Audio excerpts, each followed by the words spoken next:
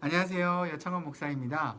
지금 이 황금 연휴 이 시기에 여러분들 어떻게 좀 잘 쉬고 계시는지 모르겠습니다. 물론 징검다리이긴 하지만 아마 쉬고 계신 분들 꽤 있으실 텐데요. 이 쉬는 이 시간에 오히려 말씀 같이 읽으시면서 이 개관 영상 같이 보시면 너무 좋을 것 같아요. 우리 끝까지 포기하지 마시고 말씀 끝까지 읽으시고 파이팅 하시길 바랍니다. 네, 그럼 오늘 이제 왕상왕하 이 역대상하를 우리가 살펴보려고 하는데 여러분 잘 알다시피 말씀을 읽다 보면 이 왕상왕하 이 역대상하 도대체 무슨 내용인지 아마 좀 헷갈리시는 분들이 좀 많이 있으실 거예요. 주로 왕들 이야기라는 것을 아마 여러분들이 눈치채셨을 텐데 이 왕들 이야기가 똑같은 이야기인 것 같은데 여기에는 있는 것 같고 또 여기에는 있는 것 같은데 저기엔 또 없는 것 같고 또 같은 왕이지만 이야기가 두 개로 또 나누어져 있으니까 아마 이 왕은 또 어떤 왕인지 아마 제대로 이해하지 않는 부분도 있으실 것 같아요. 오늘 이 왕상왕하 역대상하를 우리가 제대로 한번 파헤쳐 보도록 하겠습니다. 네, 특별히 이제 왕들 이야기이기 때문에 어디서부터 시작이 되냐? 바로 사무엘상부터 여러분들이 우리가 좀 살펴보면 좋을 것 같아요. 우리가 저번 사사기 때 우리가 살펴봤지만 이 왕들 이야기, 바로 왕정 시대로 넘어가기 전에 마지막 사사가 바로 사무엘이다라고 이야기를 드렸죠. 사무엘이 마지막 사사로서 왕정 시대를 이어줘 주는, 사사 시대와 왕정 시대를 이어줘 주는 마지막 역할을 하게 됩니다. 사무엘이 이 사울과 다윗에게 기름은 부었지만 하나님이 택하신 왕은 결국 다윗이었다. 다윗부터 왕정 시대가 제대로 시작됐다라고 여러분 생각하시면 될 것 같아요. 네, 그래서 우리가 시간 흐름 순서대로 보게 되면 사무엘 때부터 먼저 들어가게 보면 사무엘, 사울, 다윗, 솔로몬 그 이후에 나라가 두 개가 분열되어 가지고 북이스라엘과 남유다 왕들이 쭈쭈쭈쭉 이어져 가는데 그 왕들의 이야기를 쓴 게 바로 열왕기 상하다. 그러면 역대상하는 뭐냐? 왕상왕하에는 북이스라엘과 남유다 왕들이 주로 교차되어서 쓰여져 있습니다. 무슨 말이냐? 북이스라엘에 있던 왕 한 번 쓰고요. 남유다에 있던 왕 한 번 쓰고. 그렇게 해서 여러분 읽어보시면 알겠지만 북이스라엘 왕, 남유다 왕, 북이스라엘 왕, 남유다 왕 이런 식으로 교차되어서 쓰여져 있는데 이 역대상하는요. 주로 남유다 왕들이 주로 이야기가 쓰여져 있어요. 그러니까 북이스라엘 왕은 배제했다라는 것이죠. 그 이유는 우리가 나중에 조금 살펴보도록 하도록 하겠습니다. 자, 그러면 어찌됐든 간에 시간 순서는 왕상왕하까지가 끝이에요. 역대상하의 왕들이 다 왕상왕하까지도 다 들어오게 된다는 것이죠. 대상대하에 있는 왕들은 왕상왕하에 있는 왕들의 중복된 왕들이 꽤 많이 있고요. 물론 없는 왕들도 있지만 시간의 흐름은 그렇게 왕상왕하로 끝났다라고 여러분 보시면 될 것 같습니다. 그럼 역사적 시기에 여러분 표를 한번 보시면 사무엘 때부터 해가지고 사울, 다윗, 솔로몬 주전 몇 년경이죠? 약 1000년경입니다. 여러분들 이스라엘 역사를 쫙 시기를 우리가 살펴보면 우리가 알고 있던 믿음의 선조 바로 아브라함이 주전 2000년경이고요. 그리고 다윗이 주전 1000년경입니다. 그리고 기원 0년은 바로 예수님 탄생이고요. 물론 조금씩 횟수는 좀 다르지만 큰 굵직한 이 믿음의 선조와 예수님이 탄생하신 이 큰 굵직한 사건으로 보자면 2000년, 1000년, 0년으로 이렇게 분류를 할 수가 있다는 것이죠. 그리고 우리가 살고 있는 지금 기원 후 2000년까지 이렇게 시대가 이루어져 오고 있다는 겁니다. 바로 예수님의 모든 계획 안에 이루어졌다라고 여러분들 살펴보시면 될 것 같아요. 특별히 여러분들 역사적 시기 표를 보시면 알겠지만 뭔가 굉장히 좀 특이한 점을 여러분들 발견하시지 않습니까? 제가 연도 시기 옆에 가로쳐 놓고 통치 기간을 적어 놨습니다. 몇 년이죠? 40년입니다. 40년. 사무엘도 통치를 40년 했고요. 다윗도 통치를 40년 했고 사울도 40년을 했고 다윗 그다음에 솔로몬까지 다 40년을 했어요. 여러분 이게 우연의 일치가 아니라는 거예요. 하나님의 계획 아래 다 40년간 하나님께서 잘하던 잘하지 못하던 이 왕들을 하나님께서 인도해 주셨고 그 왕들의 통치 기간을 하나님께서 역사하셨다라는 것이죠. 결국 하나님의 계획 아래 사울도요 40년간 통치를 했다라는 겁니다. 그래서 주로 사무엘상은 이제 사울도 있지만 다윗부터 시작이 되었다라고 여러분 생각하시면 되겠고요. 그 이후에 쭉 솔로몬, 그 다음에 남유다 이제 후기까지 해가지고 열왕기 상하로 쭉 구분이 됐는데, 중요한 건 이제 북이스라엘이 솔로몬 이후부터 남유다 이렇게 나누게 되죠. 그래서 북이스라엘이 쓰여진 이 말씀은 열왕기 상, 그리고 역대하, 그리고 남유다 마지막 왕들과 북이스라엘 왕들이 바로 열왕기 하와 역대하 이렇게 쓰여졌다라는 것이죠. 그러니까 역대기는 여러분 좀 헷갈릴 수 있지만 역대기는 남유다 중심으로 쓰여졌고요. 북이스라엘 왕들은 거의 쓰여지지 않았지만 시기적으로 봤을 때 이렇게 솔로몬 때부터 역대하가 쓰여졌고 역대상은 오직 다윗만 쓰여졌다라고 여러분들 생각해 보시면 되겠습니다. 자, 특히 이제 솔로몬 이후에 두 개의 나라가 분열되면서 왕들이 쭉 나오잖아요. 여러 왕들을 다 외우실 필요는 없는데 제가 밑줄을 쳐놓고 검정글씨로 좀 진하게 해놓은 왕들이 있습니다. 이 4명의 왕들이 있는데 이 북이스라엘 왕은 없어요. 남유다 왕들만 있어요. 이 4명의 왕들이 누굴까요? 이 왕들이 좀 주의 깊게 여러분들 살펴보셔야 할 왕들인데 그 2000년대 초반 때만 하더라도 지금 우리나라의 연예인들 중에 외모로서 가장 잘생긴 연예인, 남자 연예인 4명을 뽑는다면 누구를 뽑을 수 있을까요? 예, 바로 그 4대 천왕 이야기를 많이 하잖아요. 뭐 90년대 후반부터 해가지고 너무 오래된 얘기인가요? 정우성, 뭐 원빈, 뭐 장동건, 그 다음에 이병헌, 뭐 이렇게 4대 천왕으로 많이 이야기를 하잖아요. 근데 지금 이스라엘 이 4명의 왕들 외모로 잘생긴 4대 천왕이 아니라 이 왕들이 하나님을 잘 믿는 4대 천왕이에요. 남유다 내에서도 물론 북이스라엘까지 통칭해가지고 하나님을 믿는 사람이 4명밖에 없었다라는 것이죠. 그만큼 슬픈 이야기이긴 한데 그만큼 남유다에서도 이 4명만이 하나님을 잘 믿고 따른 왕들이라고 살펴볼 수가 있습니다. 결국 아사, 여호사밧, 히스기야. 여러분 히스기야 정도는 그래도 나름 알고 계시죠? 하나님 앞에 기도로서 눈물로서 기도해가지고 자신의 병을 이겨내고 생명 연장의 꿈을 받고 또 아수르가 쳐들어왔을 때 어때요? 그 많은 군대를 한순간에 하나님 앞에 기도하고 송장으로 만들어버린 그 왕이 바로 히스기야지 않습니까? 나머지 왕들 또 요시야까지 해가지고 이 4명의 왕들 나머지 왕들은 아마 여러분들이 조금 생소하실 수도 있을 것 같아요. 그럼에도 불구하고 여러분들이 이 4명의 왕들을 좀 주의 깊게 살펴보시면서 좀 읽어보시면 좋을 것 같습니다. 특별히 이 나머지 3명의 왕들도요 히스기야 못지않게 하나님을 잘 따르고 섬긴 왕들이긴 합니다. 물론 그 중에서 뭐 히스기야가 가장 으뜸이다, 뭐 히스기야 말고 요시야가 뭐 으뜸이다, 뭐 이렇게 좀 갑론을박하는 뭐 여지가 있긴 있지만 그럼에도 불구하고 이 4명의 왕들은 나름 하나님께서 보시기에 잘 섬긴 왕들이다라고 여러분 생각하시면서 읽어보시면 재밌을 것 같아요. 그러면 북이스라엘 보시면 북이스라엘은 참담해요. 이 왕들을 보시면요 4대 천왕이 지금 문제가 아니라 평타를 치면서 믿는 왕들도 없었다라는 거예요.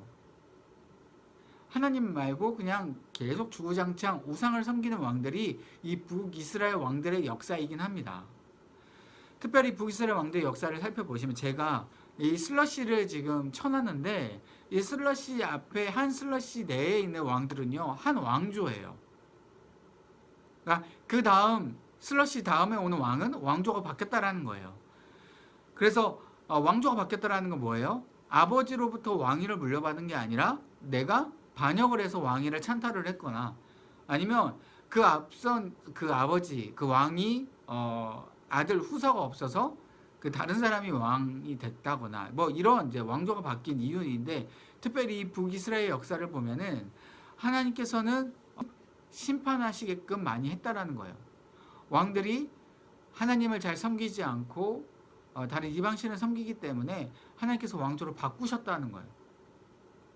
자신의 아들들도 하나님께서 왕위를 물려받지 못하도록 했다라는 것이죠. 그만큼 왕조가 엄청나게 여러 번 많이 바뀌었습니다. 이 북이스라엘은 총 19명의 왕들이 있고요.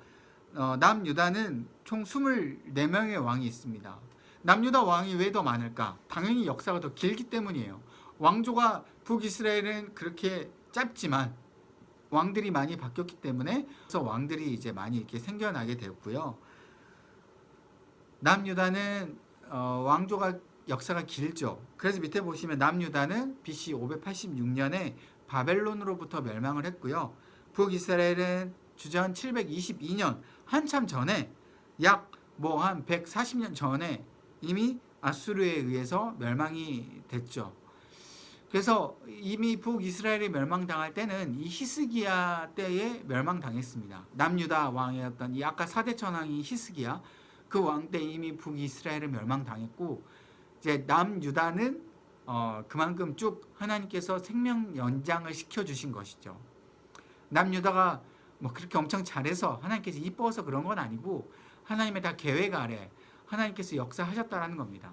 자, 왜 그랬을까요? 아까 말씀드렸듯이 이스라엘 역사를 살펴봤을 때 아브라함과 다윗, 그 다음에 예수님 어때요? 예수님은 누구 후손으로 와야 돼요? 아브라함과 다윗의 후손으로 와야 됐기 때문에 왕조가 안 바뀐 이유도요. 아브라함, 다윗, 그 다음에 예수님의 이 왕조 혈통을 하나님께서 이루어 가시기 위해서 그 계획 아래 나타나시기 위해서 그렇게 하나님께서 역사하셨다는 겁니다. 남유다가 엄청 잘해서 하나님께서 왕조를 바꾸지 않으셨던 게 아니라 하나님께서는 그 계획 아래 예수님의 태어나신 것들을 살펴보기 인도하시기 위해서 그렇게 하나님께서 역사하셨다는 것이죠. 자, 그러면 주제를 한번 볼까요? 주제는 이스라엘 백성들, 바로 남유다와 북이스라엘이 멸망된 이유입니다. 뭐가 이유냐? 바로 이 왕상왕하, 역대상하가 쓰여진 이 시기를 지금 이야기를 하고 있는 거예요.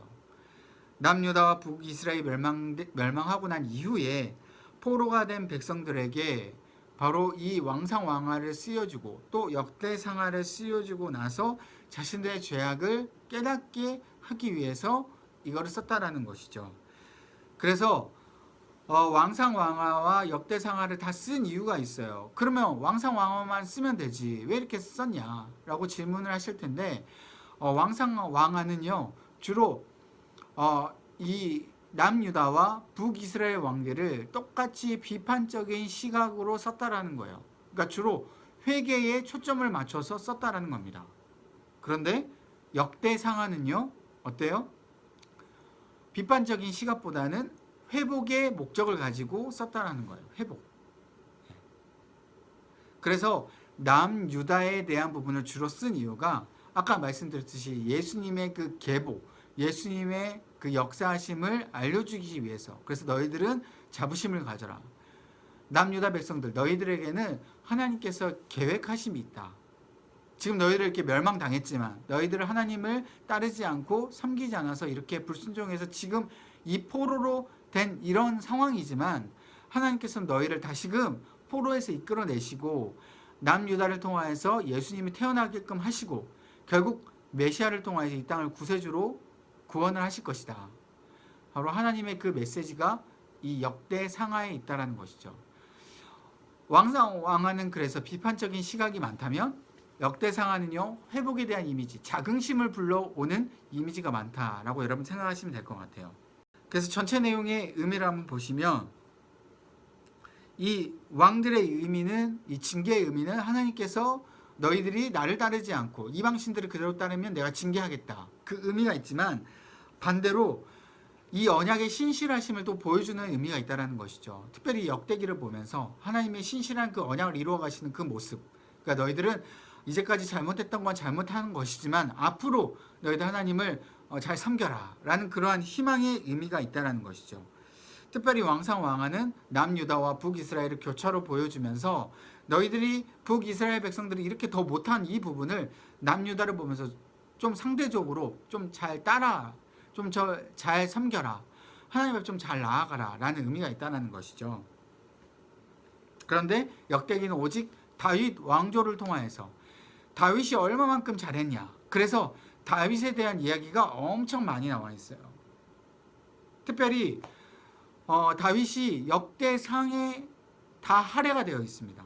아까 여러분들 보셔서 알겠지만 역대상에는 다윗의 이야기만 주로 나와 있어요. 솔로몬도 대단하지만 솔로몬은요 제대로 많이 나와 있지 않아요. 역대하부터 해가지고 솔로몬은 잠깐 다윗에 비하면 정말 조금만 언급되어 있고 그 위에 이 왕들도요 그냥 이렇게 조금씩 보여주고 있는 거예요.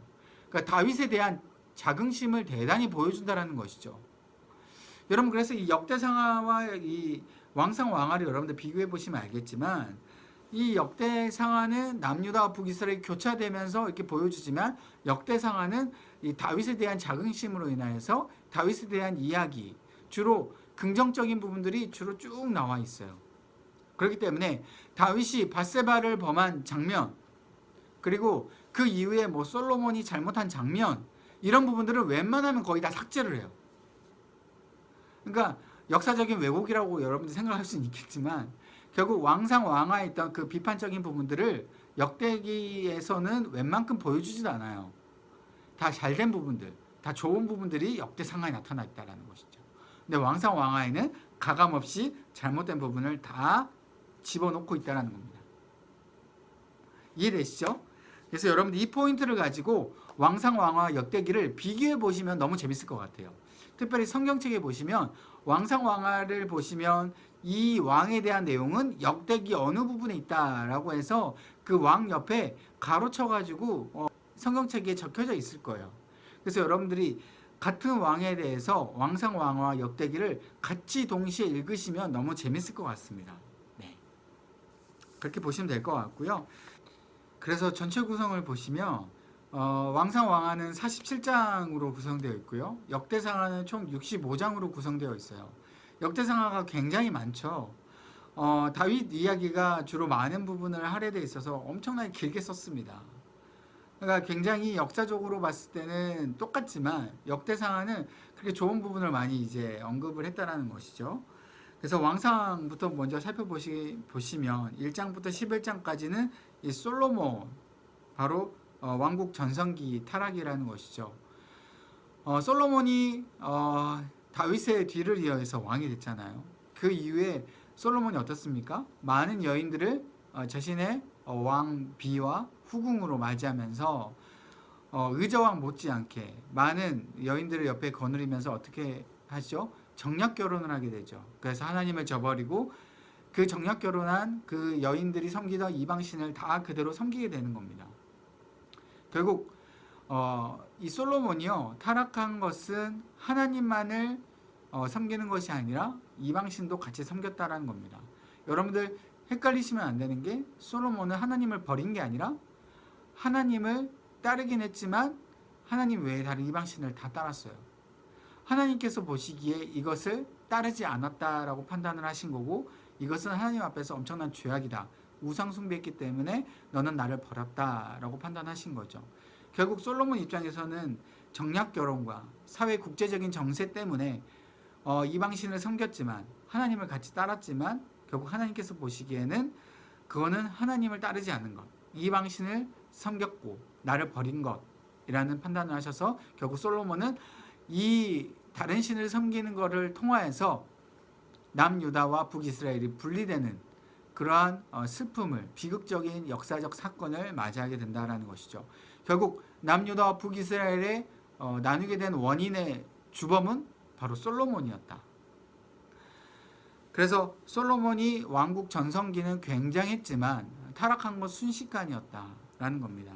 솔로몬이 이제 왕조가 시작이 됐는데 중요한 건 솔로몬이 자신의 왕위를 등극을 할 때에 평탄치만은 않았습니다.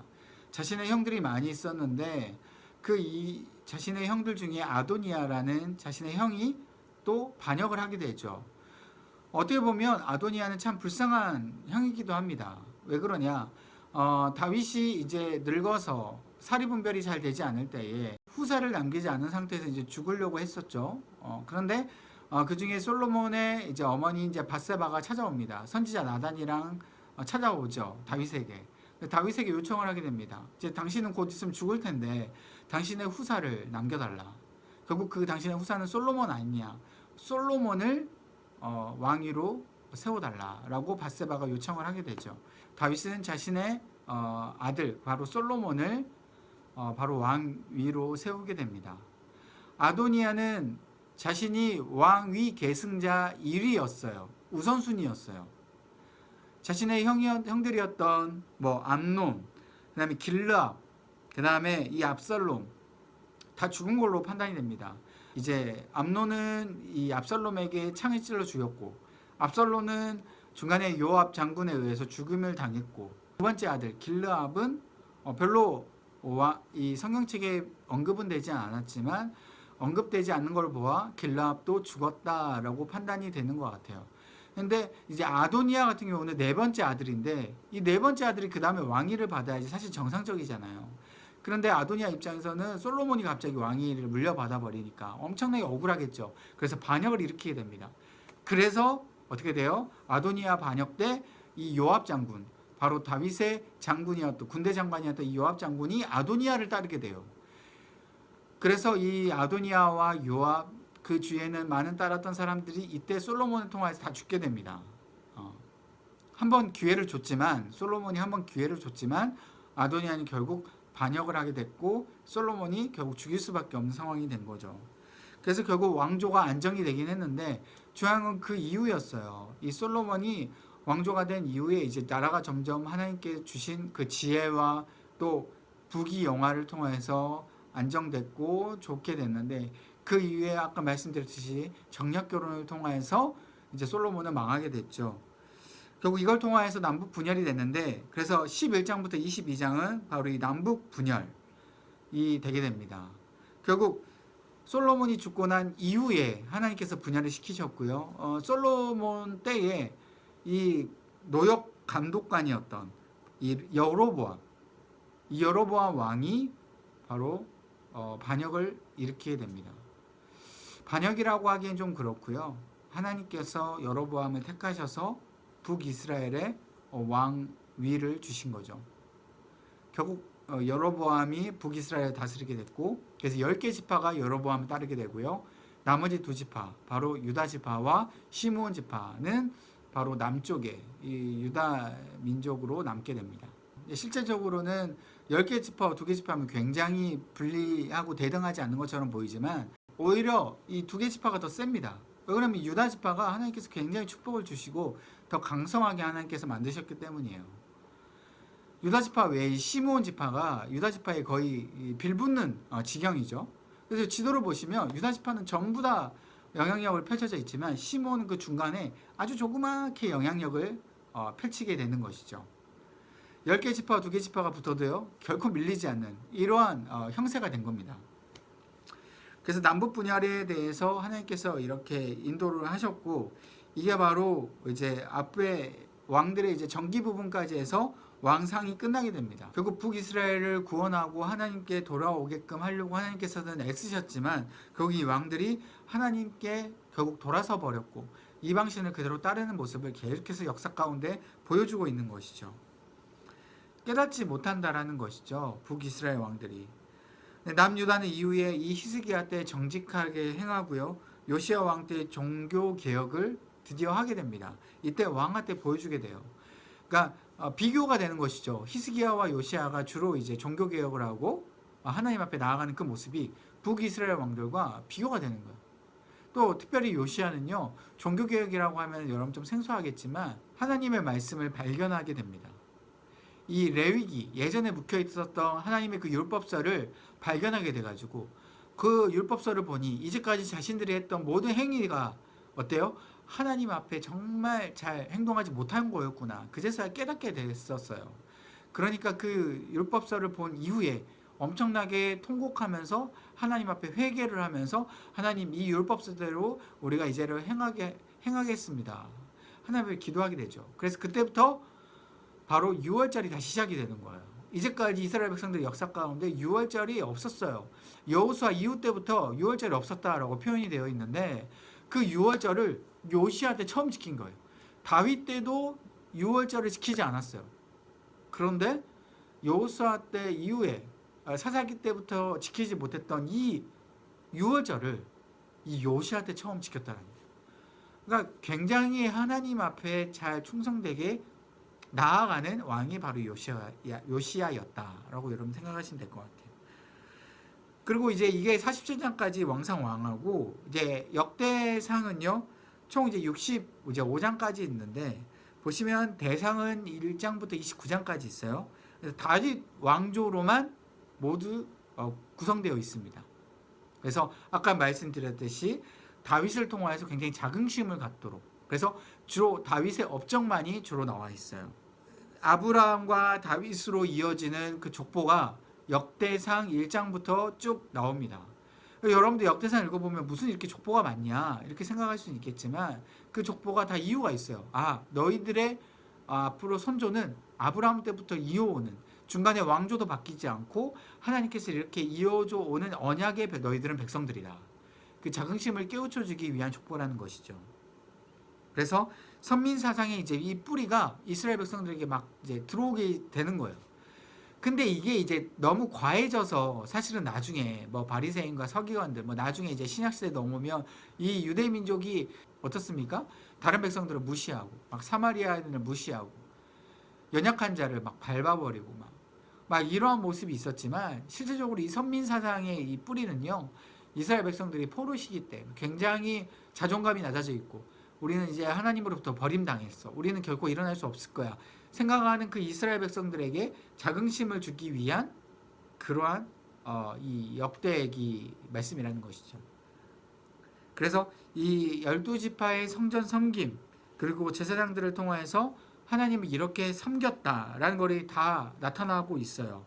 다윗에 대한 용사들도 막 나열되어 있고요. 그리고 다윗이 어느 나라와 싸우더라도 다 이겨버리는 그런 승전보, 이런 것들이 주로 나타나 있다는 것이죠. 이게 이제 역대상에 다 나타나 있는 부분이고요. 그리고 역대하는 1장부터 29장까지 있는데 이 솔로몬의 업적이라는 겁니다. 이 솔로몬의 업적. 아까 말씀드렸듯이 솔로몬이 잘못한 부분을 쏙 빼버렸어요. 솔로몬이 잘한 부분만. 그리고 솔로몬이 전성기 때 얼마만큼 나라를 부강하게 했는지 그 치정에 대해서, 치세에 대해서 이야기를 하고 있다는 것이죠. 그리고 솔로몬에 대한 지혜. 그래서 먼 나라의 여왕이 찾아와가지고 막 솔로몬의 지혜까지 들어오는 막 그러한 장면들, 이런 것들이 주로 나타나 있다는 것이죠. 결국 이건 왜 보여주는 걸까요? 솔로몬은 잘못이 없고요. 솔로몬이 다윗의 아들로서 전혀 부족함이 없다라는 것을 보여줘야 되기 때문이었어요. 솔로몬이 잘못해가지고 나라가 분열되고 막 솔로몬이 잘못해가지고 막 이 나라가 지금 이렇게 이 나라 이 꼴이 됐다라고 보여줘 버리면 어떻습니까? 이 사람들 입장에서는 솔로몬이 정말 잘한 건 아니구나, 정말 잘못했구나, 우리 이제 어떻게 해야 되냐라고 생각하는 부분이 있다라는 것이죠. 그래서 솔로몬의 잘못된 부분을 빼버리고 업적을 통하여서 이스라엘 백성들이 굉장히 자긍심을 불러일으키고 다윗의 아들로서 부족함이 없는 부분을 보여주려고 했으며, 다윗 또한 마찬가지로 솔로몬과 함께 그런 치정을 이루어가는 것들이 그대로 하나님의 계획 안에 있었다라는 걸 보여주는 것이죠. 그래서 이게 대하 9장까지고요. 대하 10장에 이르러서는 이제 남유다 왕들이 쭉 모든 왕들이 다 나타나 있습니다. 짧게 나타나 있는 것이죠. 그래서 남유다 역사에서 하나님 앞에 정직한 왕들, 아까 4대 천왕을 말씀드렸죠. 그래서 누구예요? 여호사밧, 아사, 그리고 히스기야, 요시야, 이 4명의 왕들의 치정을 중점적으로 주로 많이 다뤄요. 그래서 역대기에 보면 이 4명의 왕들의 이야기가 주로 많이 쓰여져 있어요. 그래서 이스라엘 왕들이 이렇게 정직하게 행했다라는 것을 이스라엘 백성들이 보면서 느끼게끔 해주는 거죠. 남유다 왕들도 잘못한 왕들이 많지만 그 왕들의 이야기는 조금만 쓰여져 놓고 이 4대 천왕의 왕들을 주로 써놓게 되면서 이 왕들이 이렇게 우리 앞에 손조들이 이렇게 했구나, 우리도 앞으로 이렇게 해야겠다, 다시 일어나자 라는 향수를 불러일으킨다는 겁니다. 그래서 역대기는 이러한 왕상 왕하에 대한 차이점이 있는 부분을 여러분들이 살펴보시면서 읽으시면 될 것 같습니다. 네, 이해되시죠? 네, 그래서 여러 왕들이 있지만 여러분들이 왕들을 비교해 보시면서 왕들을 하나하나씩 읽다 보면 이 왕은 이런 특징이 있고 저 왕은 저런 특징이 있구나, 여러분들 살펴보시 읽으시면 아마 재밌을 것 같습니다.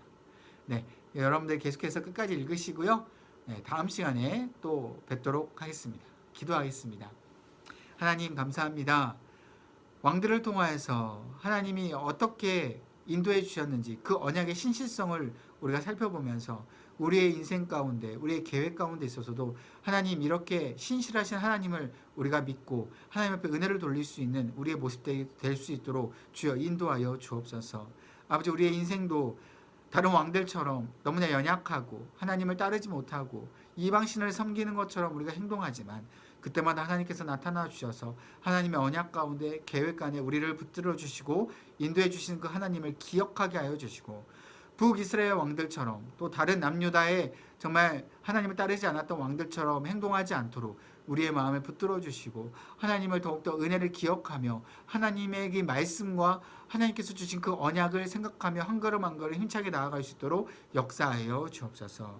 이 모든 말씀 예수님의 이름으로 간절히 기도합나이다. 아멘.